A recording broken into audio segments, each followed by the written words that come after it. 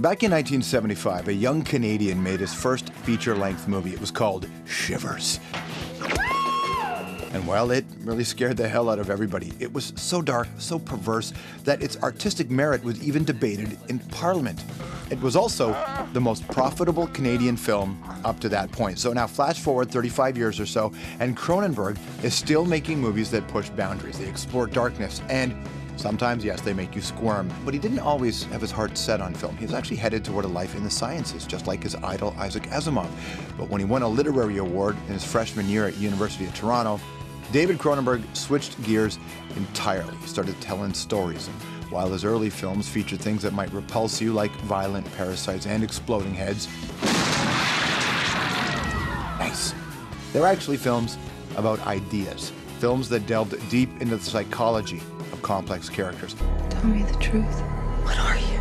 Over the years, his films have become, for the most part, less bloody. Like his latest, it's called A Dangerous Method, and it explores the turbulent and really interesting relationship between Sigmund Freud and his pseudo-student Carl Jung. You realize this makes you undisputed crown prince, don't you? David Cronenberg! Great to see you again. Good to see you. The genesis of this story is so interesting to me, the idea of a box of letters that are found, essentially. Sure. Actually, it was a suitcase, an old leather suitcase that was left in some dank room in the University of Geneva. What a discovery to kind of go, hey, oh my God, this is Jung and That's Freud. Right, yeah. Very exciting, really. How did it get to you, this story? Well, I didn't know anything about it until I read the play by Christopher Hampton, which was called The Talking Cure, and it was about the relationship amongst Sabine Spielrein, this woman whose existence almost wasn't known at all, and Sigmund Freud and Carl Jung, who of course were very well known. The character arcs are endless in a sense, right? Yeah, yeah. No, I mean, it was an incredibly rich era, very passionate, well-educated, articulate, incredibly deeply cultured people, but who felt that they were discovering an atomic bomb, really. They were discovering something that was earth-shaking about human nature, about the way the human mind worked. And in fact, Freud was considered quite a dangerous person at the time because it was an era of great stability, the feeling that mankind was progressing from being animal to being angel. You know, there was progress, there was rationality, everything could be worked out by intellect and so on. And Freud was saying, no, there are hugely destructive forces underneath the human psyche. And they can erupt and they can cause incredible violence and barbarity and tribal craziness and chaos. And of course, the First World War proved that everything he said was right. But at the time, it was not something people wanted to hear. When you read the play, saw the play, did you think this is the film, or how did that get to be a movie for you? I did, actually. I thought, I wasn't reading it thinking, I'm looking for a movie. But when I read it, I thought, I must have always wanted to do a movie that involved Sigmund Freud and psychoanalysis. And to say I want to do a movie about Freud doesn't give you anything because he had a long life. I mean, where's the dramatic structure, you know? Do you see him sitting in a room thinking? What do you do? But suddenly here was this amazing, what I think of as an intellectual ménage à trois, sort of love triangle, because there was love between Freud and Jung, you know. It was a bromance, you know. But it was early bromance. A very intellectual one. But and really, it was the introduction of Sabine into their lives that made it be a dramatic structure, and that was fantastic. And it was a real revelation to read that play. Speaking of burgeoning bromances, I mean, this is a third now for you and Viggo. Yeah, that is a bromance. Yeah. I must confess. I confess it now. But Viggo wasn't supposed to be the guy in this film, so. Yes. Well, it's not unusual, I must say, to have people, actors commit to your movie and then drop out because sometimes they just get a better offer in terms of money or whatever. But sometimes, because it takes so long for an independent film to get put together, you might be talking to somebody about the movie 2 years ago, and now they've kind of lost interest in it. So the two characters, so Viggo and Fassbender, were they both, who are the original cast members? I heard that you were talking to Christian Bale at one point about That's right. the Fassbender. I talked to Christian Bale about playing Carl Jung, which is the role that Michael Fassbender had. I was talking to Christoph Waltz about playing Sigmund Freud. He's the Academy Award winner, of course, from *Inglourious Basterds*. Yeah. Yes, and Christoph is from Vienna. He's Viennese. He pursued me, actually. He wanted to play the role. He told me about his grandfather, who had actually been a pupil of Sigmund Freud's, and so on and so on.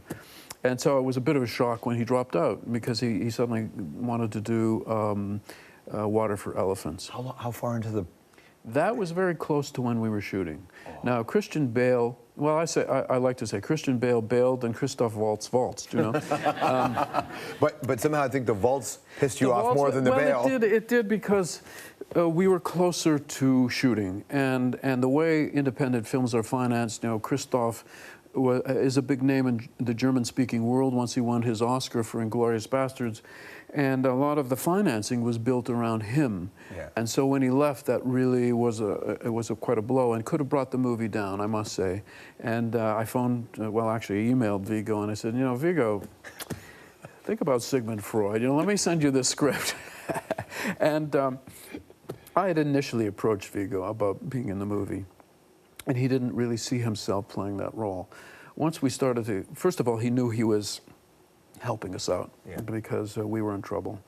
And the second thing is that once we started to think about who Sigmund Freud really was, because we all know the old, aged, cancer-ridden Sigmund Freud, the grandfatherly guy with the beard.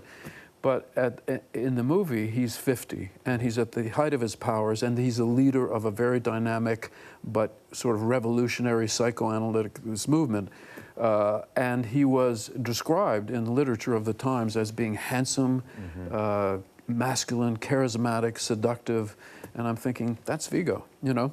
Why could he not play that role? And this is delivering a Sigmund Freud that I think is actually more accurate in terms of what he was at that time in his life than the sort of traditional kind of old guy that you cast for Freud. Just on a human level, too, that's a real show of friendship between you and him, Viggo. Well, it is. It's a friendship that's also a professional relationship, but we do love each other. We do get along incredibly well. We have a lot of fun on the set, and there's a lot of trust between us. I mean, in order to do a scene like the sauna scene in Eastern Promises, there has to be a lot of trust between an actor and a director to do a scene like that. What about I'll come back to this, but what about all the talk about an Eastern Promises sequel? Are you open to that? We are. It's being written by Steve Knight, who wrote the original, yeah, and we are interested in doing it. I mean, it's the first movie that I've done that I've ever thought I might be interested in doing a sequel for, because that character of Nikolai that Viggo played in that movie I wasn't finished with him yet. I mean, he's Russian, but we never see him in Russia, and I was thinking, I want to go back to Russia with him, yeah, and see where he came from. So that's unfinished business, let's say, with that character. Girl with the Dragon Tattoo. Yes. It was yours to take, right? Because the last time you were here, yeah, we talked about... That's interesting. We talked about, yeah, Top Gun, Interview with the Vampire, and movies that you had turned down, the opportunity to make.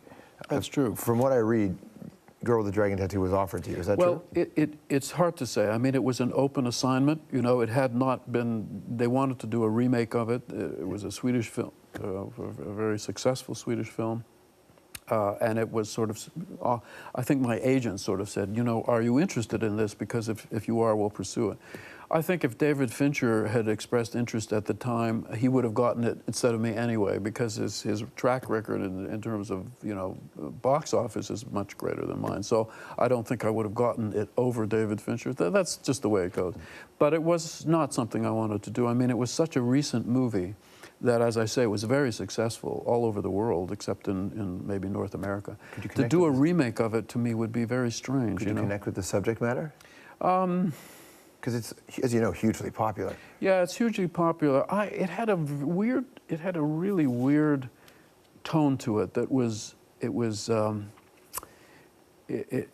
mean, every man in the movie is a misogynist or a rapist, literally. And I thought, this is stacking the deck a little too much. You know, I mean, it's one thing to talk about misogyny in society and so on, but it got to the point where I must say I thought it was almost comical. I mean, every man you met, you knew eventually was going to try and rape the lead girl character. There was only one person, one male, it wasn't it, right? Only one male, and he's kind of like asexual in a weird way, you know, so it's like kind of, it had a very weird tone to it that I didn't actually relate to directly, so I wasn't going to direct it. Our relationship with sexuality has changed much over that, you know, the 100 years plus since people have been talking about it in the modern era, and It's still, when done properly, plays a big role in films. Yes, Is it sure. something that still interests you? Well, obviously, in A Dangerous Method, it's you've got people who maybe talk about sex more than they do sex, you know, but it was Freud's insistence that sexuality was a hugely important motor of the unconscious, and that was considered quite revolutionary and scary, you know, to think that that sexuality was even in polite society was driving what many people did. And I think it's still definitely true. I mean, there's no question about it. It doesn't matter how many layers of society we add onto it, we're still animals in some respect, right? We have to accept that. I mean, and you can see constantly with the outbreak of tribal wars that descend to incredible viciousness, and also the use of rape as a political weapon, which we see a lot in Africa in particular. Freud would not be surprised. Let's put it that way. Absolutely. Is there a theme somewhere down there that you're at this age now, with this experience, you might be ready to really explore? I think the sex of old people might be a good one. How about that? Yeah, no, that's what sexuality of anybody is interesting, especially when you don't think about it. Yes. Yes. Now that I'm an old person. You know. Stick around, more with David Cronenberg when we come back.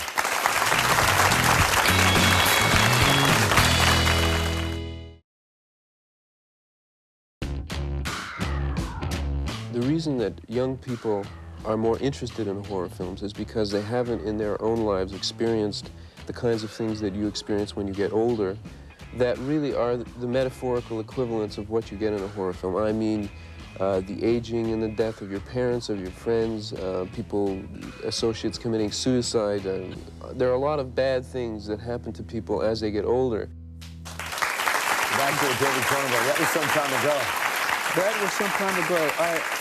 I could live without those glasses, but I was pretty cute. You know? All right, yeah. What can I say? What would you tell that kid if you could go back and talk to him? I would tell him he's absolutely right about what happens when you get older.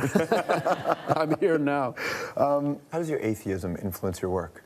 Atheism? Yeah. Totally. You know, I mean, I really don't deal with God very much in my movies because it's just not in my life, frankly. And when there's a character who is sort of very religious and so on, I do have to displace myself to really inhabit that world because it's not natural to me. If you were given a $150 million budget and a mandate of doing another biopic, who would it be? Well, that's interesting. Well, I think Einstein, but I would take 50 of it for myself and do a very simple movie about Einstein before he was famous, because he was a customs official in Switzerland. So you could do Einstein in a room and give me the 50 million. Directing movies as long as you have, is it difficult for you to sit down and just watch a movie? No, it's not. It's difficult for me to sit down and watch one of my own movies, though. It's kind of impossible, actually. Which ones makes you the most uncomfortable? Well, it's not a matter of discomfort. It's just I can't really see them as movies. You know, they're almost like documentaries of what I was doing that day, you know. And so maybe eventually I can see a movie that I did 30 years ago, because there are some, and maybe I'd have that distance then, but probably not. What's your favorite romantic comedy? My favorite romantic comedy could be, it's probably Frankenstein. Yeah, that's pretty good, right?